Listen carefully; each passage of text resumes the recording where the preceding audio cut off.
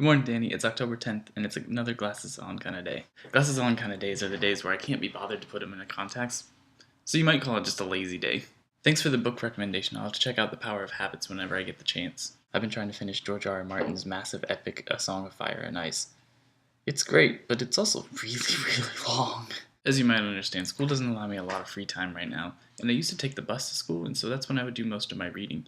However, pause for effect.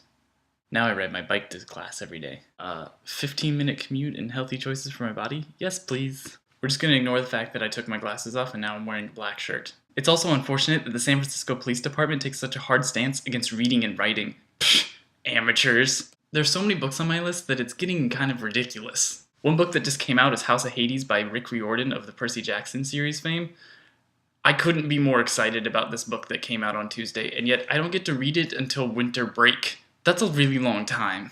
Another book that's coming out this month is Chris Hadfield's An Astronaut's Guide to Life on Earth. It sounds really exciting, and I love Chris Hadfield, so this is kind of a win-win situation for me. If you've never read the Percy Jackson series by Rick Riordan, do it now. Stop reading whatever you're reading and change it to the Percy Jackson series, because those books are awesome. Trust me. It's a good thing that the books that you want to read don't actually amass and follow you around. Whoa, what are all these autonomous floating books that are happening? I know you can see my arm, but that's beside the point. Oh yeah, those are the books that I want to read. Sorry about that. By the way, Frankenstein, Jurassic Park, and of course, The Animal Farm in my pants. Great books! Sometimes I think back to when I was younger and I stopped reading entirely because school forced me to read things, and much like a kid that doesn't like broccoli, I stopped doing it for 7 or 8 years.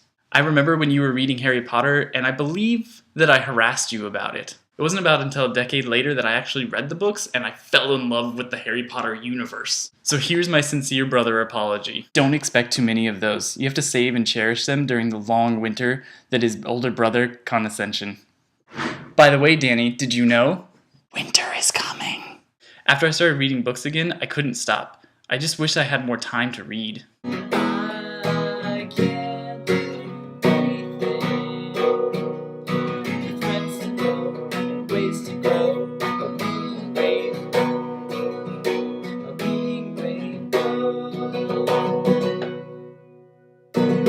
I think reading is important for so many reasons, and I think I'll tell you while I'm eating some grapes. There have been studies that show that people who read are more empathetic than people who don't read, and I think our society could use a little more empathy.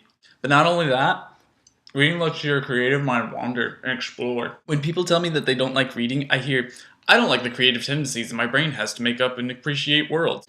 Crazy people. And lastly, reading allows us to learn ideas that help us expand our knowledge. Like right now, you're reading The Power of Habits, and it's making you want to change your behavior. I think that's awesome. It's making you want to be a better person, and this drive to be a better person is partially what being human is all about. Can you imagine what our world would be like if we had never decided to be anything more than just slow, weak animals?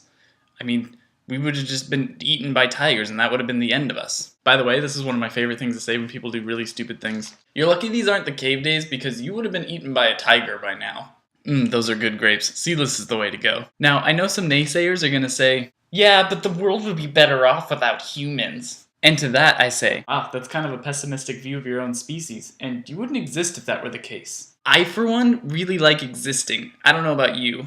Danny, I'm really looking forward to your punishment video. I'll see you tomorrow. And this is the next one in the Lost Hero series, and it came out yesterday, and it didn't come out yesterday. Poop.